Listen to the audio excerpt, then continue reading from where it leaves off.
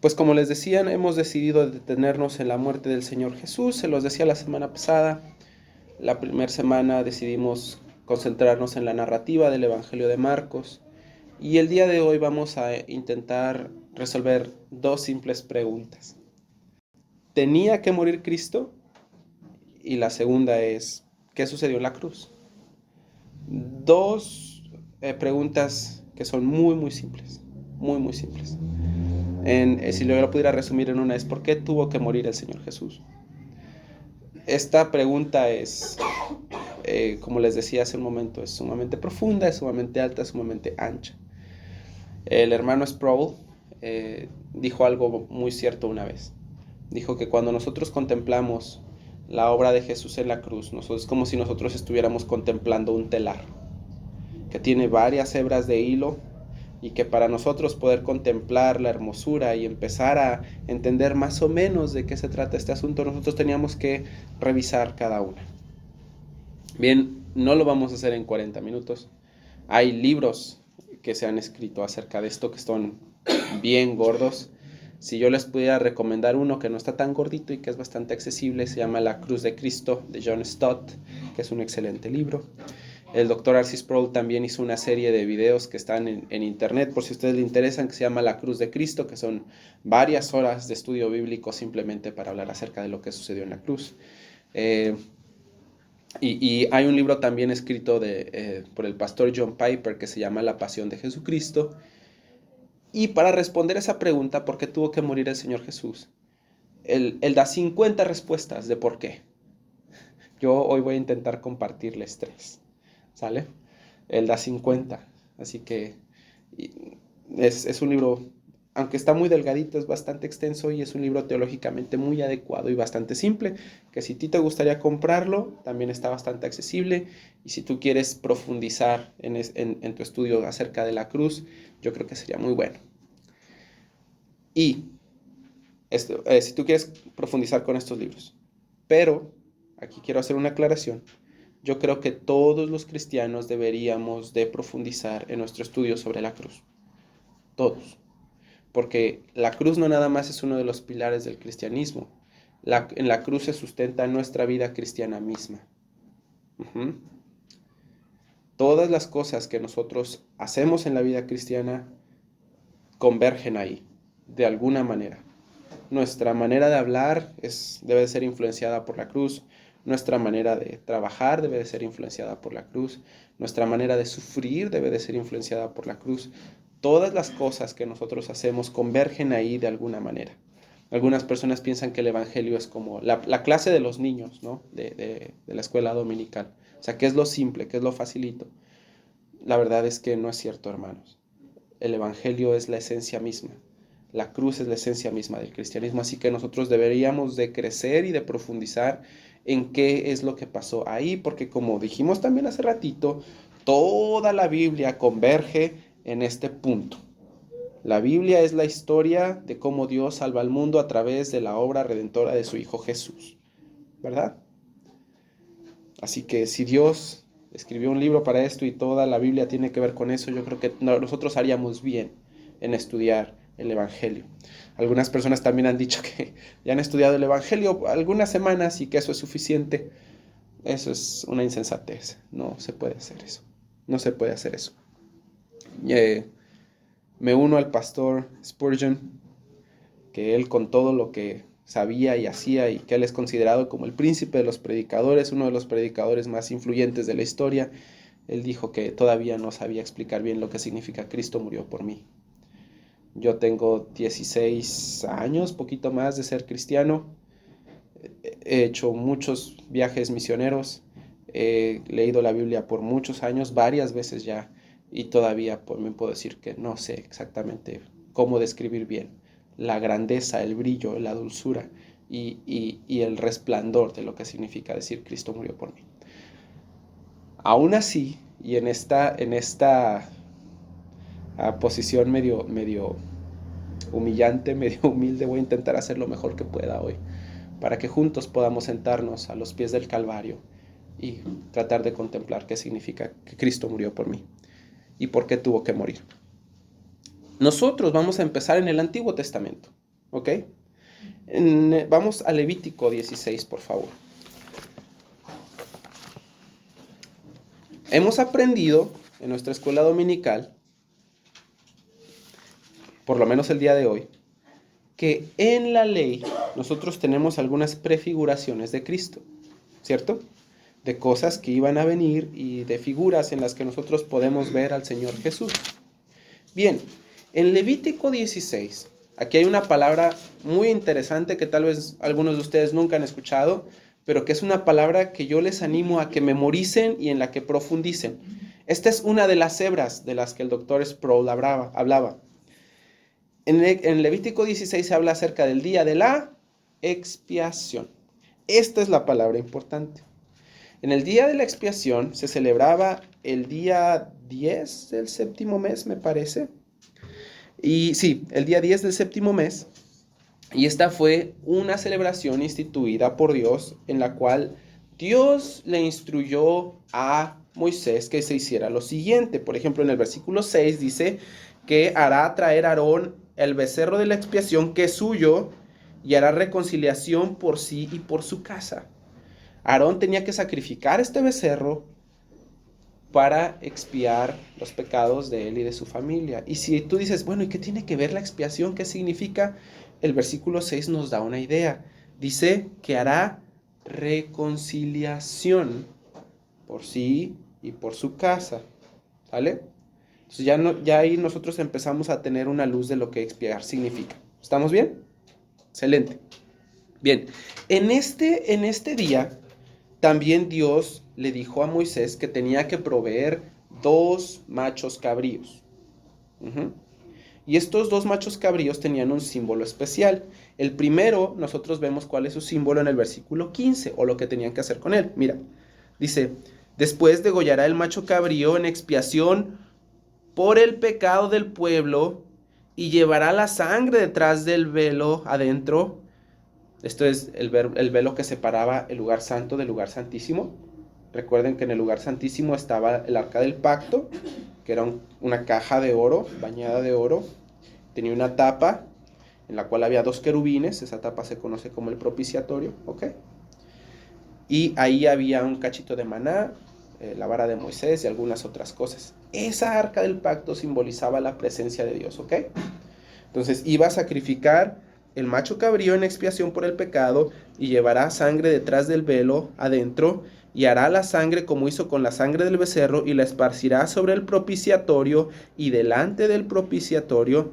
Y escucha, y así purificará el santuario a causa de las impurezas de los hijos de Israel, de sus rebeliones y de todos sus pecados. De la misma manera hará también el tabernáculo de reunión, el cual reside entre ellos en medio de sus impurezas. Y ahí tenemos otra pista de lo que expiar significa. Tiene que ver con la limpieza. Tiene que ver con la reconciliación. Tiene que ver con la limpieza. ¿Estamos bien? La limpieza de sus pecados, de sus impurezas. Eso es lo que se hacía con el primer macho cabrío. Con el segundo vemos las instrucciones en el versículo 20.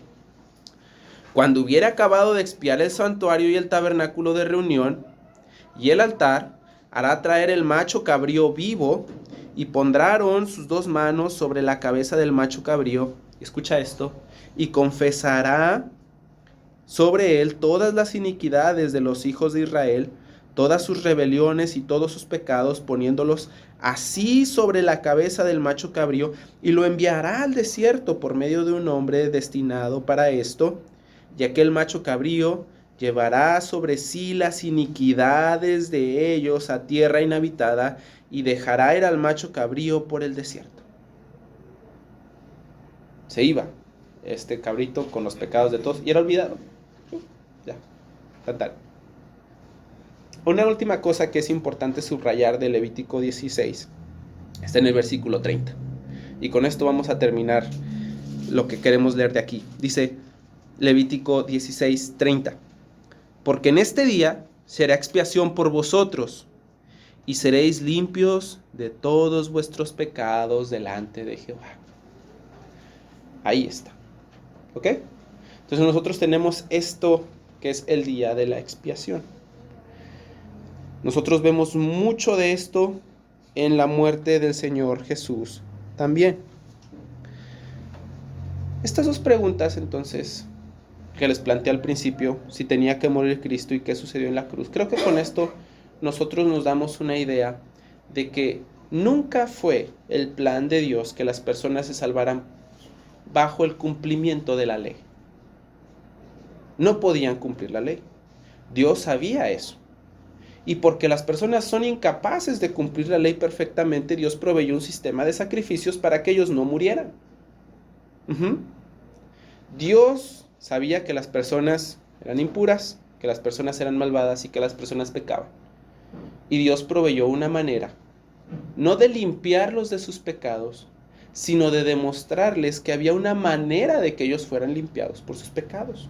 La verdad es que, como dice la carta a los Hebreos, ningún becerro, ningún borrego, ningún cabrito, la sangre de ninguno de esos podía limpiar los pecados de nadie. La verdad es que no. Hasta que llegó el cumplimiento de esto. Esto es una prefiguración, es una sombra, es algo que nos da la idea de lo que iba a venir. Hasta que llegara lo perfecto, entonces sí. ¿Cuándo se cumplió esto? Cuando Juan el Bautista dijo, he aquí el Cordero de Dios, que ¿qué? Que quita el pecado del mundo, que limpia el pecado del mundo. Entonces vino lo que era perfecto y lo que sí podía dar cumplimiento a esta limpieza que Dios prefiguró en Levítico. Entonces, la respuesta es, a la pregunta, ¿tenía que morir Cristo? La respuesta es sí. Sí. ¿Por qué sí? Bueno, pues porque Dios es justo, santo y bueno. Y eso significa que Él no tolera la maldad. Eso significa que Él odia la maldad.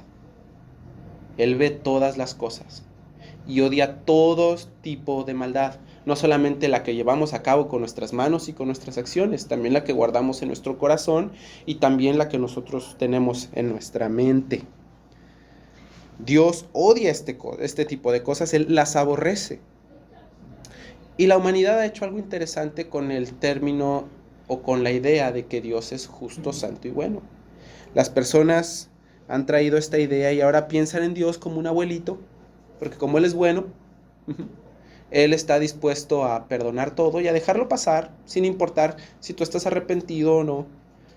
Él simplemente desea perdonarlo y Él lo va a hacer sin el más mínimo resentimiento de sus criaturas. Algunas personas han llegado incluso un poquito más lejos. Ellos han dicho que, bueno, como Dios es bueno, pues Dios tiene que perdonar a la gente. Dios tiene que perdonar a la gente para probar que en verdad Él es bueno. Porque si no los perdona, entonces no sería tan bueno, ¿no? Esta idea de la santidad de Dios que nosotros vemos en la Biblia, en la cual Él odia el pecado y en la cual Él exige, demanda justicia por el pecado, para las personas de hoy respecto a Dios, es muy borrosa, es muy ambigua. La Biblia nos enseña que de verdad Dios es justo, santo y bueno. Y por ser el justo, Él demanda justicia. Él siente una ira santa cuando ve a las personas pecar. El crimen merece ser castigado y Dios, siendo justo, dispuso esto en su ley. Escucha lo que dice Ezequiel 18:4. Esto es lo que Dios dispuso sobre el pecado. El alma que pecare, esa alma morirá.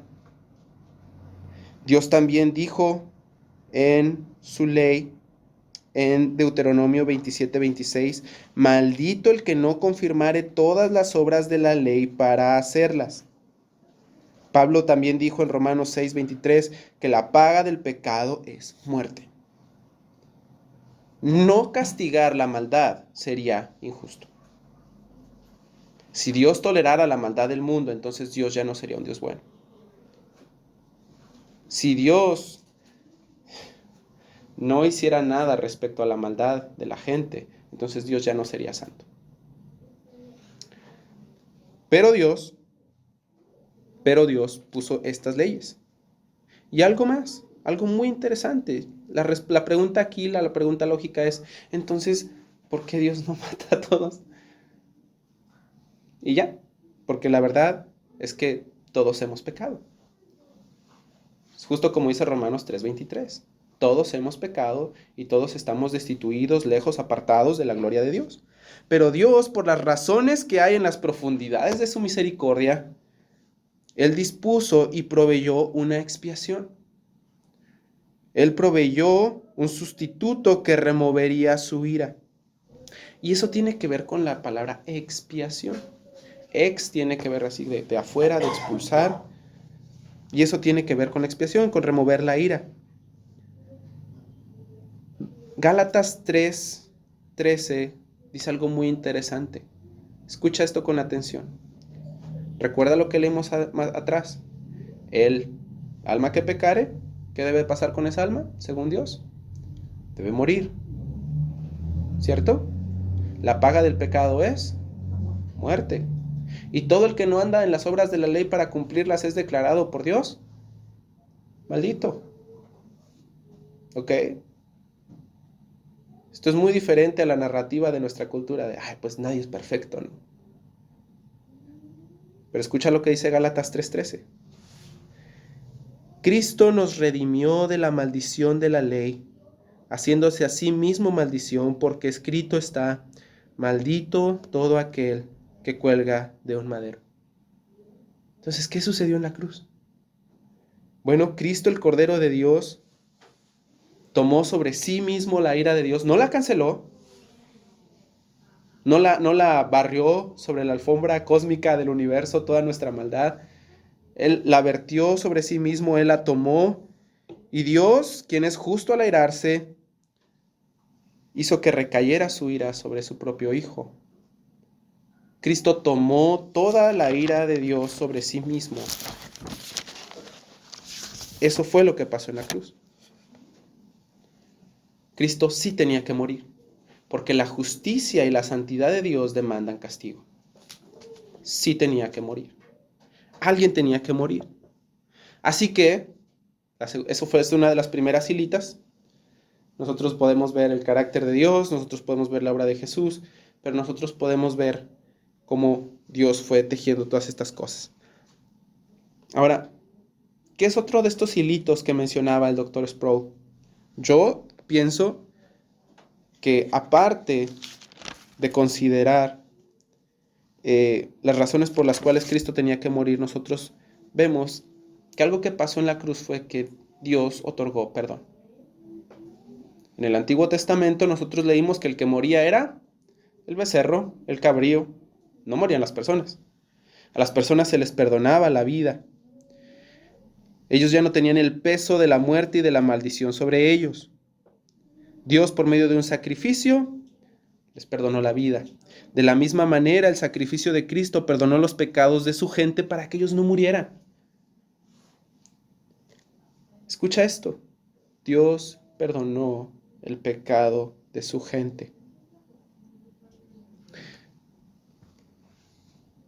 Yo no sé si esto te parece chocante, pero para muchas personas lo es.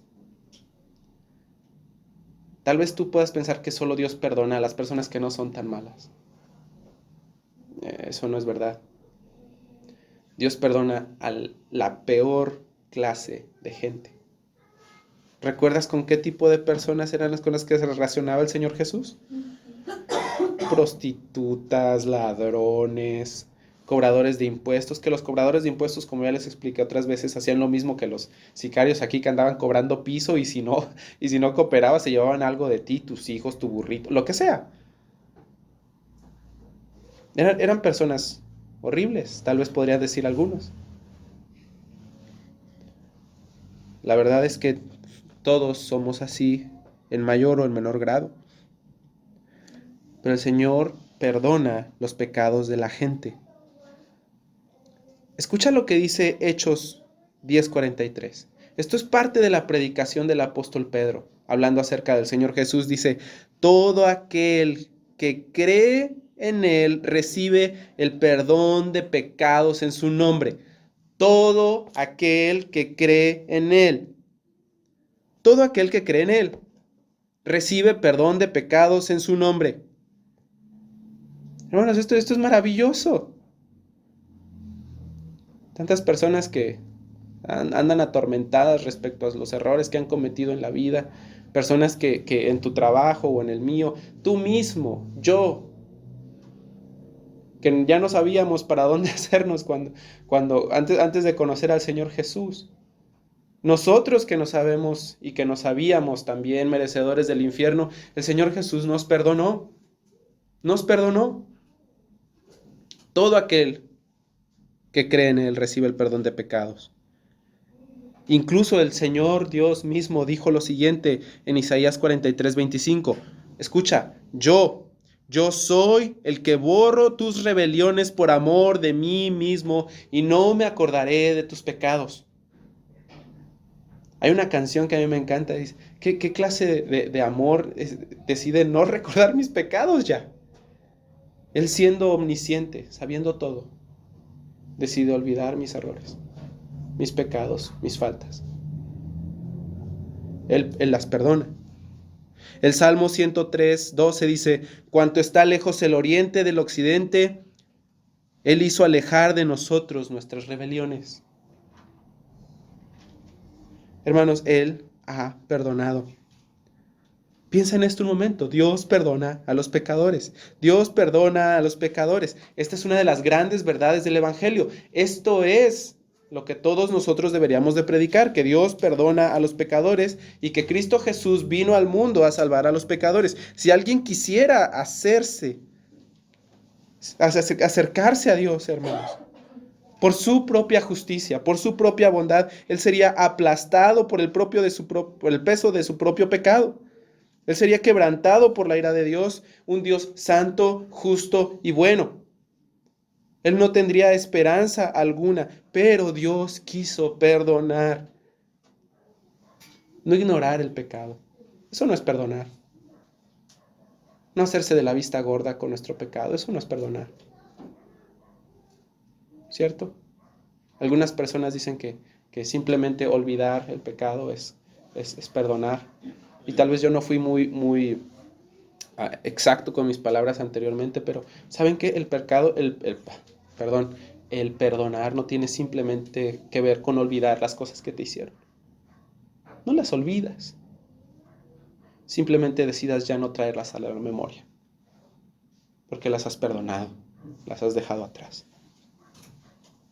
Dios hizo eso con nosotros. A veces cuando nosotros perdonamos a las personas o para perdonarlas queremos que las cosas se empaten, ¿verdad? Se empaten. Ah, bueno, sí, te perdono, pero restaura lo que hiciste. Dios renunció a su derecho a ser restaurado. Él lo hizo. La pregunta es ¿por qué?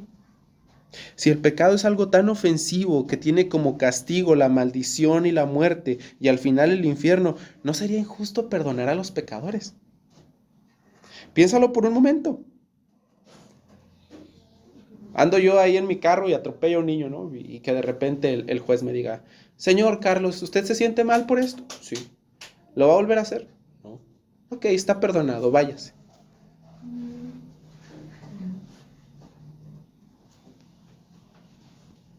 La verdad es que no. O con un violador, o con un asesino, con un ladrón. La verdad, no, ¿verdad? Dios ha hecho algo interesante, algo maravilloso más bien. Hermanos, la falta merece castigo. Y si los pecadores salieran libres y perdonados, entonces debiera de haber algo que debería de ser absolutamente trascendente y dramático que demostrara el honor y la justicia y la santidad y la bondad de Dios. Si es que Él va a perdonar a un pecador,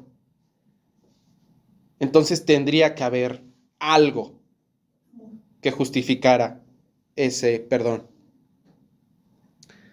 Vamos a Efesios 1:7, ¿sí?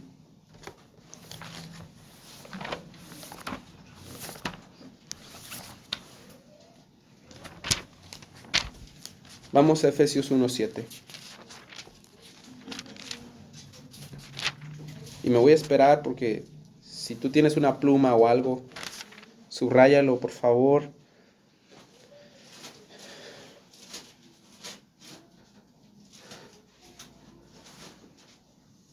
Voy a leer desde el 6 para dar un poquito de contexto. Dice, para alabanza de la gloria de su gracia, con la cual nos hizo aceptos en el amado. El amado es el Señor Jesús, ¿ok?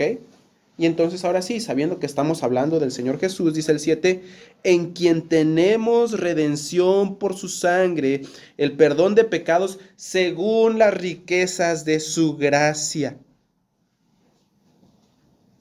Tenemos redención en su sangre. Y entonces puede haber perdón de pecados. Qué precioso es saber que Cristo no guarda nuestros pecados contra nosotros, hermanos. Eso es precioso. Que Él no está ahí con una lista de todas las cosas que yo he hecho, poniéndomelo en la cara, ¿no? Y diciéndome, mira, tú me debes todo esto. Oh, hermanos, yo no podría estar de pie delante del Señor. Nunca. Me derretiría su santidad. No podría. Pero qué precioso es ver el perdón del Señor Jesús. Y qué precioso es ver que Cristo mismo fue quien hizo esto posible por medio de su sangre. Aquel que era el más digno de todos, aquel que era el más grande de todos, se hizo el más pequeño y se hizo maldición por todos para ofrecer perdón a nosotros. Aquellos de ustedes que están siendo muy observadores van a decir, espérate, Carlos, algo todavía no me queda claro de esto. Ahí el capítulo 1, versículo 7 de Efesios dice, en quien tenemos redención por su sangre. ¿Y qué significa redención? Ah, pues esa es otra de las hebras del telar. Redención. Tenemos hasta ahora entonces algunas palabras importantes. Son perdón, expiación, reconciliación, limpieza. Tenemos ahora redención, ¿cierto?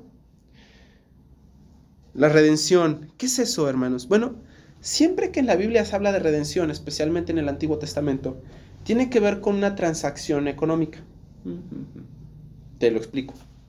Algunas personas que en el Antiguo Testamento eran muy pobres y contraían deuda para solventar sus cosas, eventualmente si tenían una deuda que era impagable, se vendían a sí mismos como esclavos.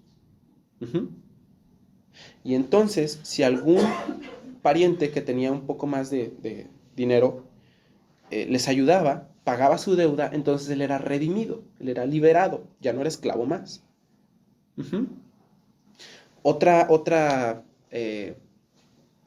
de esas es cuando, por ejemplo, si una persona se hacía esclavo, como les decía hace ratito, y llegaba a su amo con esposa y con hijos, bueno, cuando él era redimido, cuando él era liberado, entonces toda su familia también.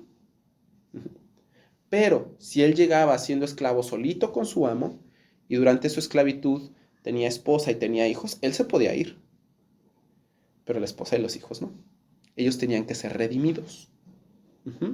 Tenían que ser liberados. Y les digo que esta idea de la transacción económica es muy importante y tiene que ver mucho con la muerte del Señor Jesús. Porque cuando el Señor Jesús muere, Él da una de sus declaraciones más maravillosas. Él dijo, consumado es.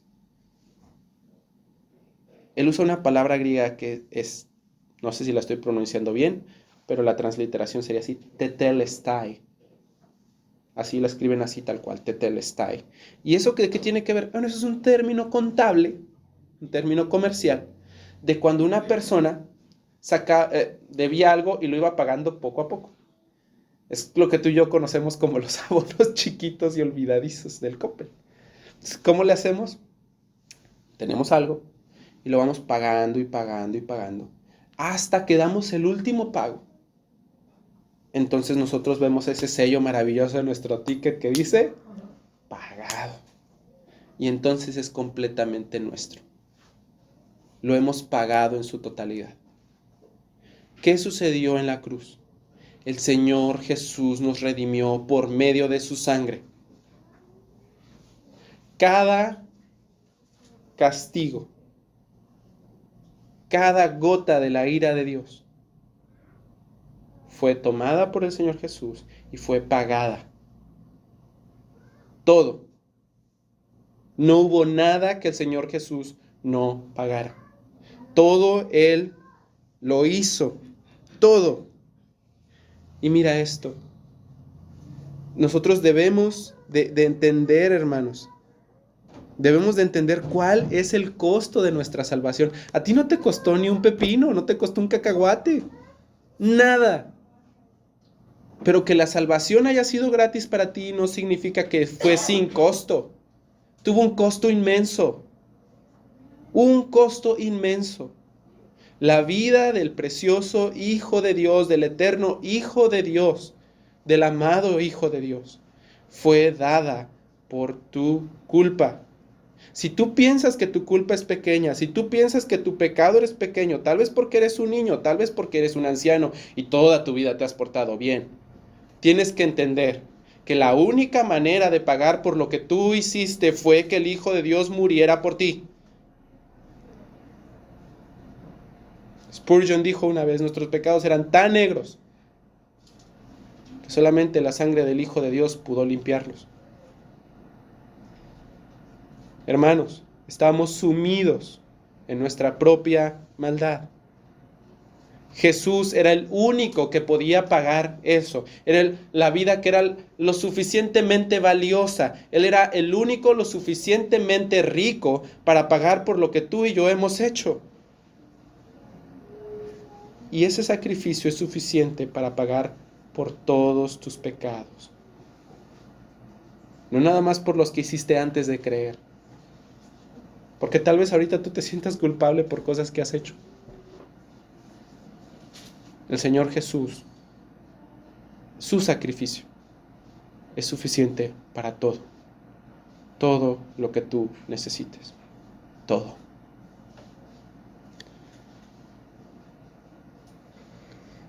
La vida del Señor Jesús entonces fue la ofrenda, fue el sacrificio, como este cordero sin defecto, el cual fue entregado para que los malvados no mueran. Vamos a revisar un último texto a este respecto que está en la primera carta de Timoteo, en el capítulo 2, en el versículo 5. Primera Timoteo 2, 5. Escucha esto. Porque hay un solo Dios y un solo mediador entre Dios y los hombres, Jesucristo hombre, el cual se dio a sí mismo en rescate por todos. Él se dio a sí mismo en rescate por todos. Él fue el pago para que tú y yo no muriéramos. Y algo que es maravilloso es, dice, quien se dio a sí mismo. Señor Jesús, de la bondad, de lo profundo de su corazón y por la inmensidad de su misericordia, quiso darse a sí mismo para salvar a su gente.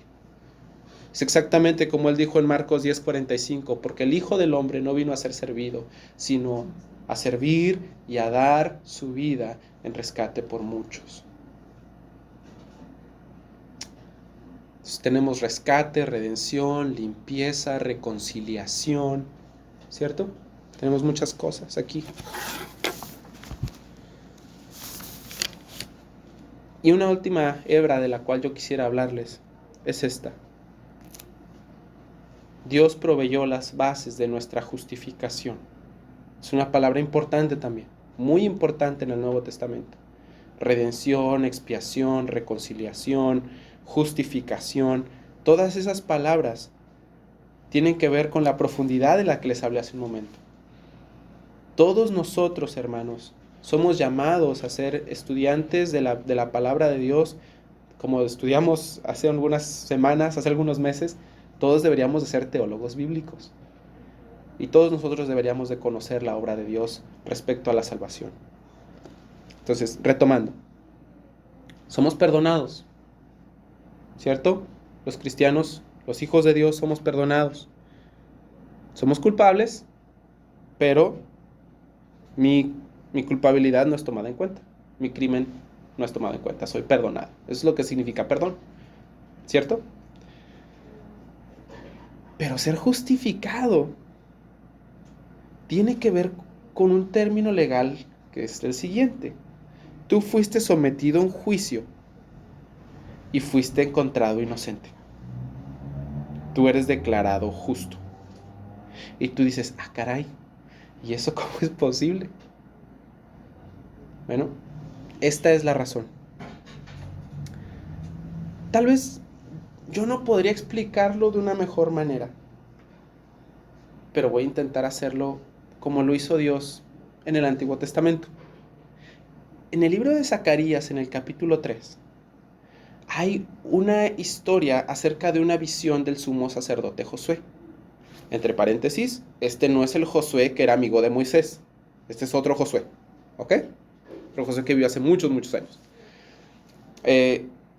Y está Josué como en un juicio. Está Dios siendo el juez y luego lo lleva Satanás a Josué. Y antes de que empiece el juicio, Dios declara inocente a Josué y lo libera. Y él dice que él lo ha escogido para sí mismo. Lo libera y se nos describe a Josué trayendo ropa inmunda. Que la palabra en hebreo para inmundo ahí no es sucio, como tú y yo pensamos, así, como con tierrita y carbón. La palabra tiene que ver más con el estiércol. Él está cubierto en su inmundicia. La palabra de Dios hace ahí un paréntesis y dice que esa inmundicia tiene que ver con su propio pecado. Y Dios ordena que en ese juicio se le cambie la ropa inmunda a Josué y se le dé ropa limpia. Ropa de gala, fina, limpia y resplandeciente. Y ahí termina. Y tú vas a decir, ustedes que son bien observadores, achis, tiempo. ¿Y de dónde salió la ropa limpia? ¿Quién se la dio? ¿La tenían en un closet? ¿Y a dónde echaron la ropa sucia? ¿La quemaron? ¿La echaron a la lavadora? La historia termina ahí en el Antiguo Testamento. Pero es una pequeña pausita.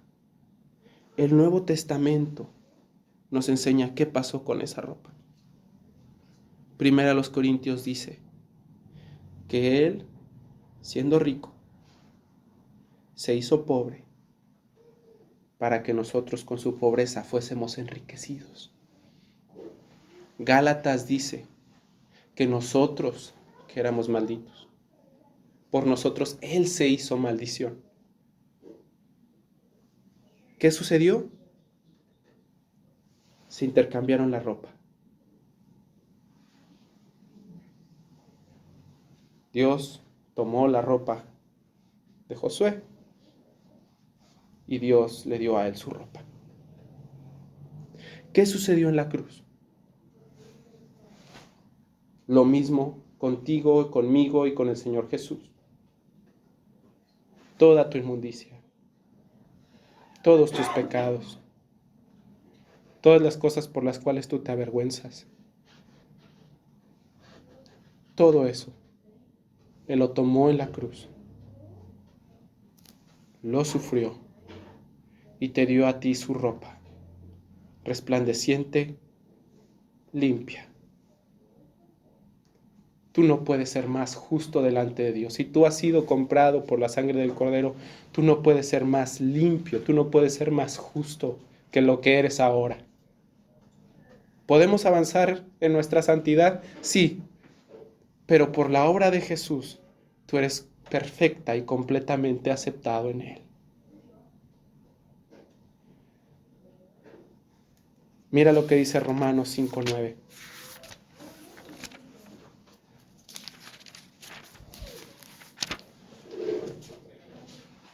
Romanos 5:9 dice lo siguiente. Voy a leer desde el 8 para dar contexto. Romanos 5:8 dice: Mas Dios muestra su amor para con nosotros, en que siendo aún pecadores, Cristo murió por nosotros, pues mucho más estando ya justificados en su sangre. No dice que tú estarás justificado en su sangre. Dice, nosotros ya justificados en su sangre, por él seremos salvos de la ira. Hermanos, esto es lo que sucedió en la cruz. ¿Tenía que morir Jesús? Sí. ¿Por qué? Porque Él es justo, Dios es justo, santo y bueno. Y su justicia demanda castigo, perdón. Dios decidió tomar y poner el castigo en la vida de su Hijo Jesús. ¿Por qué tuvo que morir Cristo? Para reconciliarte con Dios. Dios perdonó eso. Ya no están peleando. Ya no. Romanos 5 también dice, justificados pues por la fe tenemos paz para con Dios. No peleamos más. Hemos sido reconciliados, hemos sido limpiados, justificados. ¿Por qué tuvo que morir Cristo en la cruz? Para reconciliarte con Dios. ¿Por qué tuvo que morir Cristo en la cruz? Para sentar las bases de tu justificación. ¿Para qué? Para redimirte. ¿Para qué? Para perdonarte. ¿Para qué? Para absorber la ira de Dios que estaba destinada para ti. Hermanos, cada una de estas cosas. En la casa, que es su casa, tengo un libro así de gordo. Si no lo han visto, luego se los enseño. Así, de un señor que se llama Karl Barth y tienes la justificación. Nada más para la justificación. Él escribió un libro así de gordo. Así. El de la cruz de Cristo de John Stott también está por acá, sí. Y hermanos, se han escrito infinidades de libros, de sermones acerca de la expiación que se llevó a cabo en la cruz por el Señor Jesús. No podríamos acabar, tendríamos que echarnos otro año y no acabaríamos el capítulo 15 de Marcos. No lo acabaríamos. Yo quiero animarte a hacer dos cosas. Primero, por favor, lee tu Biblia. Profundiza en esto. ¿Sabes por qué? Porque las personas son transformadas al ver la vida de Jesús. Eso nos cambia y nos alienta. Algunas personas piensan que somos perdonados porque nos portamos bien. Mentira. Nosotros nos portamos bien. Nos esforzamos por obedecer porque hemos sido perdonados. ¿Lo entiendes? No es que nos perdonen porque nos portamos bien, es que nos esforzamos en ser obedientes porque hemos sido ya perdonados. No lo hacemos ni siquiera en gratitud, porque ¿qué le vamos a dar al Señor que Él quiera? Como dijo el profeta Malaquías, ¿qué voy a dar por mi alma? ¿Qué ofrenda le voy a dar a Dios? ¿Millares de carneros? ¿Ríos de aceite? ¿El hijo de mis entrañas? Nada sería suficiente. Nada sería suficiente. Al ver el amor de Cristo, nosotros somos movidos a responder en amor. Juan lo dijo así. Nosotros le amamos porque Él nos amó primero. Al contemplar el amor de Dios, nosotros somos llamados y movidos a amarle. Y segundo, hermanos, si tú no te has arrepentido, si tú no has creído en Jesús, por favor hazlo. Algunas personas piensan que hay esto que se llama cristianos carnales. O sea, cristianos que sí son cristianos, pero que no se portan tanto como cristianos. O sea, que tienen una vida así muy mundana, muy carnal, como la de todo el mundo, pero son cristianos. Hermanos, eso no existe. No existe. Si una persona no ama a Cristo, si una persona no confía en Cristo, si una persona no se somete a Cristo, si una persona no se ha arrepentido por sus pecados contra Cristo, si una persona ama los pecados que colgaron a Cristo en la cruz, ¿Por qué tendríamos que considerar que él es un cristiano?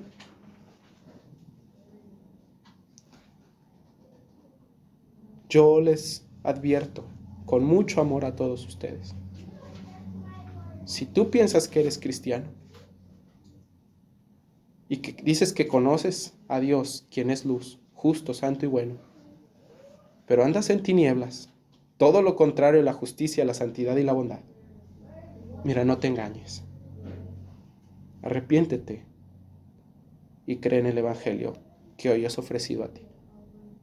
El Señor Jesús murió para que tú fueras redimido y perdonado, para que tu justificación tuviera una base sólida y eterna.